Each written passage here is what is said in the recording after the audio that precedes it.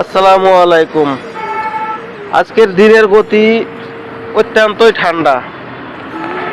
এত ঠান্ডার ভিতরেও আমরা কাজ চালিয়ে যাচ্ছি ইনশাআল্লাহ। তবে কাজ করতে করতে হাত পা শিখে যাচ্ছে। মাঝে সাঝে হাতগুলো আগুন দিয়ে একেবারে গরম করতে হয়েছে, কিছু করার নাই। আরে পাটাটা থেকে ধরো।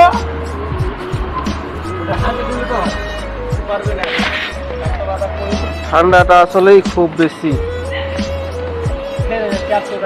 এখানে আগুনও চলছে, এবার কাজও চলছে।